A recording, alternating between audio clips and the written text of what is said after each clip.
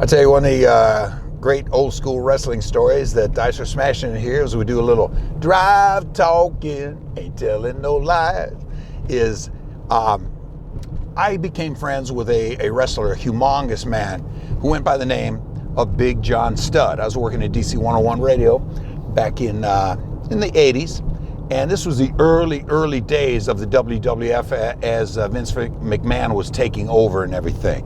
They had decent crowds over at the Capitol Center for wrestling at that particular time. But we were very successful at DC 101 with, just a good run in the 80s as far as being the radio station in town is concerned. It was SMASH in the afternoon, Greaseman in the morning, and just a magnificent array of on-air talent elsewhere on the timeline. And so Big John Studd and I got into one of these verbal altercation matches on my radio show. He used to come into the studio and he would be hyping up his matches for the WWF, for Championship Wrestling, over to the Capitol Center. So I thought to myself, man, you want to talk about an awesome promotion? How about being in the ring with Big John Studd? So I threw that at him. He went for it. The promoter went for it. The folks at the Capitol Center went for it. And so we were set. Well, I don't know if you can tell by looking at me just sitting down, I don't have one of those wrestling tight Speedo type of in the ring wearing type of body. So I thought to myself, well, I don't want to put a Speedo on him and wrestle Big John Studd. And so I thought, I'm gonna be Bobby Heenan to my man Greaseman, because Greaseman was a bodybuilder, worked the mornings, big time in Washington D.C. So I said, Grease, man, can you help me out with this? We'll work it at the angle of I saved your life in Vietnam, and you owe me one, and so I need you to save my life so that Big John Studd doesn't annihilate me in the ring. I'll be your manager because you don't really know how to wrestle. I know how to wrestle. I just don't look good in a Speedo. And so we went for it. So Grease started training harder, and we had all that kind of stuff on the air and everything. I got myself one of the most just riotous outfits like wrestling managers used to wear, and had that. That night at the Capitol Center, I mean, we built it up all the way for about 3 weeks. At the Capitol Center that night, the biggest crowd, jam-packed, that the WWF had in Washington, D.C. to that particular point in time, because Greaseman now was going to be fighting Big John Studd with Icer smashing in as his Bobby Heenan-like manager. So Grease is in there, and they're wrestling, all right? And, John told us how to, angle things and everything. So you had a choreography to the movement so that you didn't really get hurt as bad as you could get hurt in that situation if you didn't know how to choreograph the thing correctly. So Grease,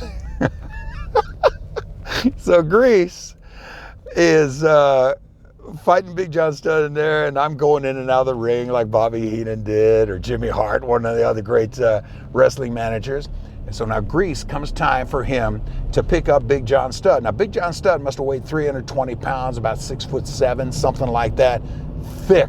I mean, the definition of a thick dude, Big John Studd.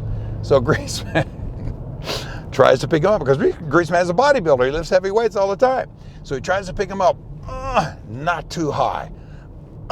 Picks him up again. And then he actually picks up Big John Studd, and I think it's because John kind of like kicked up a little bit, but he picked up Big John Studd, but not over his head, but just right about here, and then boom, Big John took the fall down onto the mat.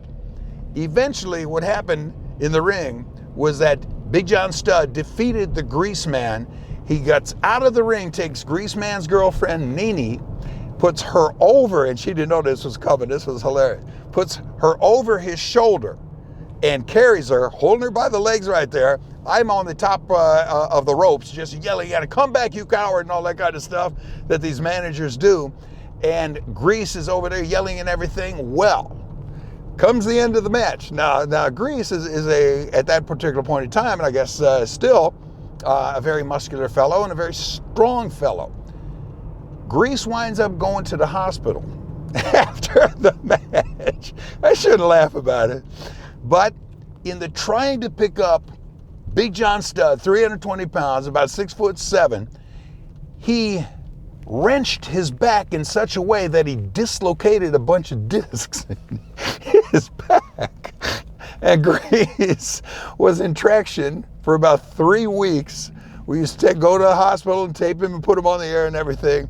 But Grease was out 3 weeks in traction because of him being in my stead to save my life, because I saved his life in Vietnam.